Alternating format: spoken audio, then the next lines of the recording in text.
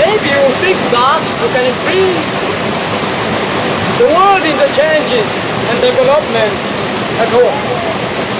But my clear definition to you today is to narrate variety of things which can make a world change in general. You and me, we are together, the ones struggling to bring light in the world. To bring light, others is to bring light technologically, and others is to bring light by means of God. I mean, we are using different means to bring light in the world. The government is doing effort to bring light in the world. The religious organizations are struggling to bring light in the world. There is light and red. Light is to make people free from improper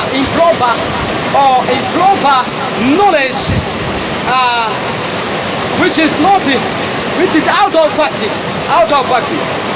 But right is to make something move according to the way light is going, or is directing, showing the way where people supposed to be or supposed to live. Myself, I'm here to inspire everybody. I mean, those on the side of religious organization and those on the side of physical world, of government organization. I mean, physical world, based physically means physical, I mean the natural principle. I mean the physical world, based, the leader of the physical world is the government organization or government system, is the leader of the physical world. But religious organization is the leader of spiritual world. Have every kind of these types of organization have got their own principle and the way of driving, the way of moving, which is quite different from other one on the way I've been driving, of course. But one thing to understand here, both of these ones, they have got their protocol. They have their own protocol. The government system have got its own protocol. The religious organization have got their own protocol. So we cannot do mixing the religious protocol and the government protocol. They are not the same at all. I think you get to understand about me. Because the government based on the physical world, but the religious based on the spiritual world. Regardless you understand about the spiritual issue or you don't understand about the spiritual world, but in fact the religious side based on the spiritual world is based on the manifestation of spiritual world. But the government is based on the physical world, eye to eye or physical. I mean the physical contact, you and I, is eye to eye physical world. But for the world to be more better and more better for our future and for all life in general, for everybody, must have these two organizations, I can say so. Sorry if I have mistaken. Why? Because they supervise the humanity. The purpose of these two kind of organization is to supervise the humanity to people, to catch people. I mean, we are not people for whom one. We are not individual for whom one. We are not individual for whoever who is the rich one, wherever he is in the world. But we are the people for God, not for anybody who can claim to be his own people. No.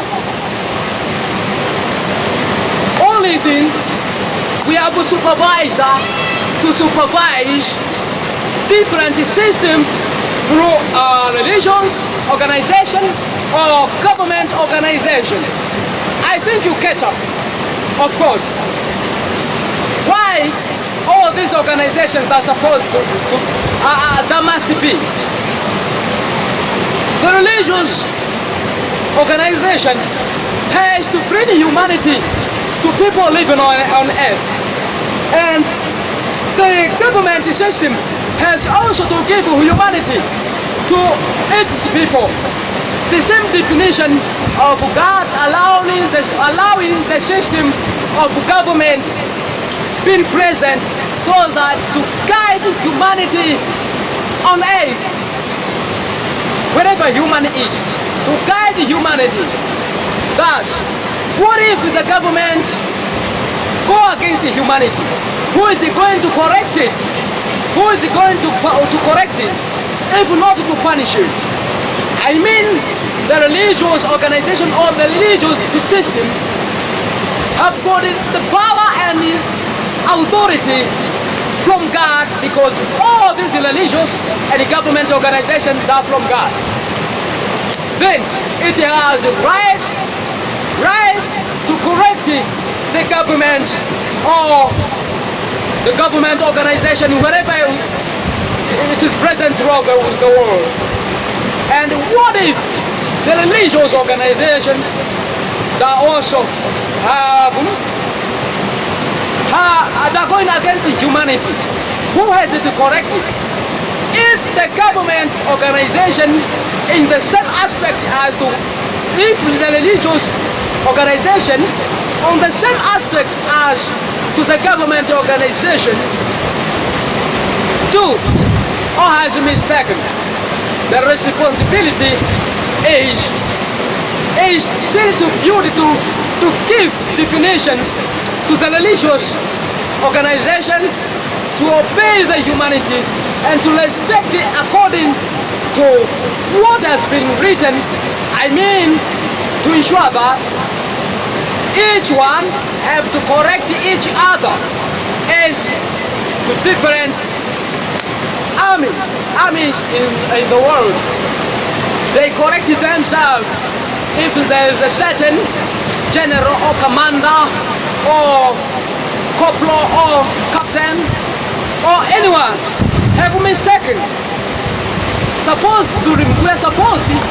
supposed to, as you know, they're supposed to remove, the mark, their mark of their authority, yes, and then punish them, and then giving back if it is allowed according to the regulations they have. If it is allowed, then they will be given back and continue with the work they're doing. Then it is the same even to government officials, to religious officials. As they do mistakes, they must be corrected. They must be corrected.